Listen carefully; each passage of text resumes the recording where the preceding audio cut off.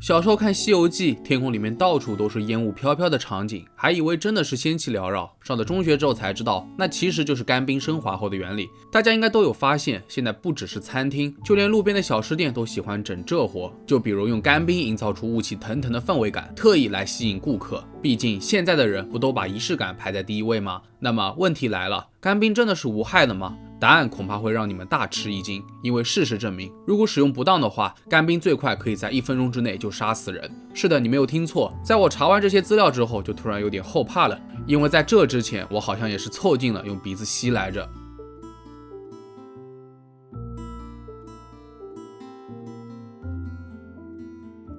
就在今年的2月29日，是的，还没有过去多久，俄罗斯网红卡捷琳娜在 ins 上发布了一条庆生动态，没想到评论底下并不是预想的那样，收获整篇的美好祝福，有不少网友都提到了她的前夫，甚至指责她不应该在这个日子里面庆祝。说来奇怪，生日是自己的，怎么还和前夫扯上关系了呢？这个前夫又有什么问题？你还别说，问题大了去了。下面我们就回到3年前的2020年，看看那个生日究竟发生了什么。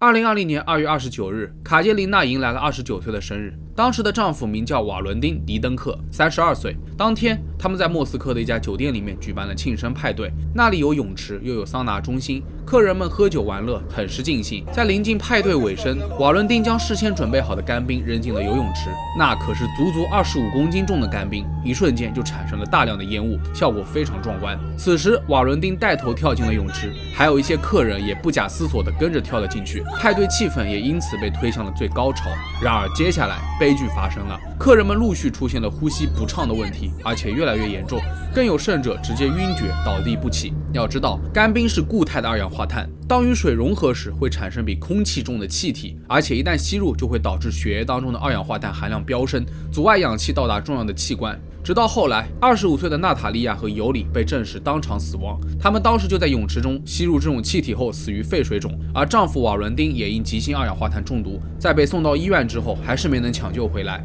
卡捷琳娜本是一名药剂师，她在 ins 上经常会科普一些家庭用药的小知识。事后，她还发布了一段视频，向粉丝们哭诉，丈夫已经不在她和2个女儿的身边了。面对2个年幼孩子的追问，爸爸去哪里了？卡捷琳娜都不知道该如何回答。为此，她还公开表示自己需要心理帮助。不过，除了同情之外，卡捷琳娜也面临了不少质疑。因为当瓦伦丁还在抢救室里奄奄一息的时候，卡捷琳娜则在隔壁的病房里面迅速打开了直播。而且在丈夫去世后，她还跑去做隆胸手术，说是为了取悦自己。最重要的是，在瓦伦丁去世3个月后，卡捷琳娜迅速投入了新的恋情，还高调秀恩爱。这样一连串的操作，也难怪会被网友们喷了。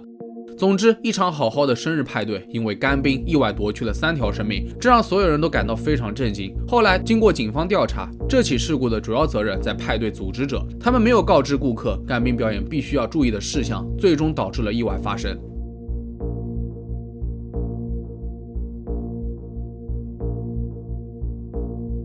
在2018年7月27日，一名来自华盛顿的77岁老妇人被发现死在冰淇淋车里面。这辆车的主人正是死者的儿子，因为他是个卖冰淇淋的，所以车里面放了满满4个冷柜的干冰。在事发当天，死者的儿子让自己的妻子开着冰淇淋车送母亲回家，可是妻子迟迟没有返回，电话也不接，他便一路找了过去。等找到车时，他发现妻子和母亲在车内昏迷不醒，于是立刻拨打了报警电话。可悲的是，妻子勉强救回了一条命，而母亲因吸入过量的二氧化碳，永远的离开了。经过警方调查，可能是因为这辆冰淇淋车比较新，密闭性较好，但与此同时，它的通风条件非常差，而车内的2名受害者并没有意识到这个问题，所以烟雾从冷冻箱里面泄露到前排后，受害者不可避免地出现了窒息的情况。想来，这起事故也给许多驾驶员敲响了警钟，在干冰存放在密闭的车辆内时，进入前必须要打开门窗通风，如果可以的话，干冰的车厢最好能与驾驶室隔离，如果不行的话，那驾驶员周围的窗户也必须要保持通风。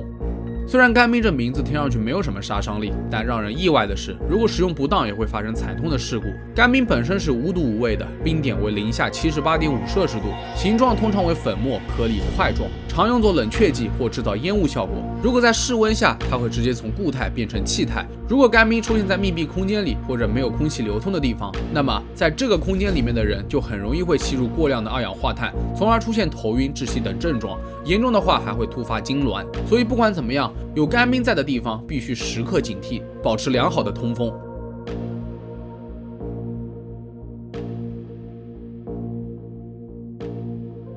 那除了窒息风险之外，干冰还容易冻伤皮肤。要知道，它的制冷效果是普通冰的1.5倍，在挥发过程中会导致周围温度急剧下降。在2018年的中秋节前夕，江苏南京有一位吉女士购买了雪月饼，而当时店员只提醒她盒子里面有干冰，是用来冷藏月饼的。后来吉女士上车后，准备打开包装查看，没想到刚打开就有许多干冰从里面散落了出来。好巧不巧的，当时吉女士穿了短裤，干冰直接接触到了皮肤，她瞬间就感到腿上刺痛的厉害。等把干冰全部都抖掉，腿上就已经起泡了。本以为刺痛的感觉会自动消退，但受伤的地方反而越来越麻。吉女士赶紧去了医院，后来经医生诊断，吉女士的左臂和右大腿被冻伤，而且右腿伤势最为严重，属于2级重伤。不得不说，这家店用散装干冰来冷藏的做法实在是太过危险了，更何况店员也没有告知顾客干冰的注意事项，负有不可推卸的责任。当然，也总有好奇宝宝表示，我就稍微摸一下碰一下，哪有这么容易会被冻伤呢？可是人家在处理干冰的时候，可都是要戴着厚手套和防护装备的，所以干冰在极冷状态下触碰到了你的皮肤，那么你只有几秒钟的时间自救，因为超过了这一时间，基本就逃不过被冻伤的结局。不过总有更手贱的人，或许想体验一把吞云吐雾的感觉，他们会把干冰直接放在嘴巴里面，虽然这确实能够让人瞬间感到清凉，但紧接着就是口腔内部被灼烧。如果更糟糕一点，不小心把干冰吞进到肚子里的话，那它就会进一步灼伤你的食道、胃和12指肠，造成永久性的进食问题。当然，最关键的是，当干冰快速释放出二氧化碳气体，胃部膨胀，还有可能会导致胃部破裂，从而威胁到生命。那么大家在收到一些生鲜快递的时候，里面的干冰是怎么处理的呢？是直接扔掉，还是放进冰箱循环使用？当然，普通的注水冰袋成分是蓄水高分子材料和水，只要保持密封，没有破损，重复使用是没有问题的。但是，一些干冰型冰袋可千万不要不舍得丢，因为冰箱里面的冷冻层温度大概在-20°左右，这远远高于了干冰升华的温度。当这样的冰袋长时间储存在冰箱里面，它便会持续挥发气体。当干冰升华，它膨胀出来的二氧化碳气体是固体状态下体积的600到800倍，一旦超过冰箱容量，就会有爆炸风险。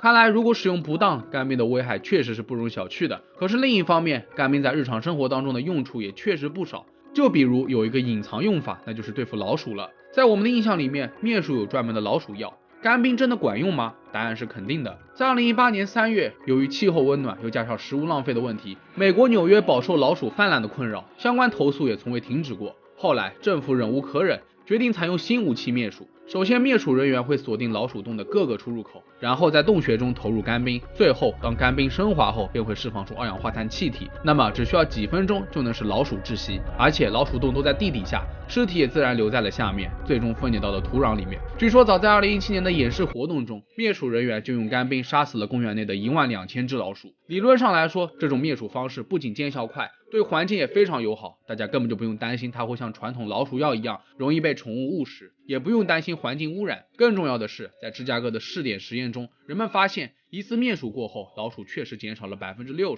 而且干冰的价格也远比老鼠药要便宜得多。当然，也有人吐槽这种方式治标不治本，不过鉴于老鼠的繁殖能力和适应能力都太过于强大，天敌数量又少，不然也不会逍遥这么多年还没有被人类彻底灭绝，所以多一种灭鼠方法也算是解决燃眉之急吧。那看完今天的这期视频，想必大家都很清楚了，干冰在日常生活中有利有弊。最后我们再强调一下，干冰不能直接被放进冰箱等密闭容器中，不能直接接触皮肤，更不能食用。最后，不管干冰在生活当中多常见，还是不要贸然接触。那好了，本期视频到这就结束了。这是一个有用的视频，希望大家3连加转发给周围的人，让大家都能够正确使用干冰，不要让它成为祸害。我是正正，咱们下期视频再见吧。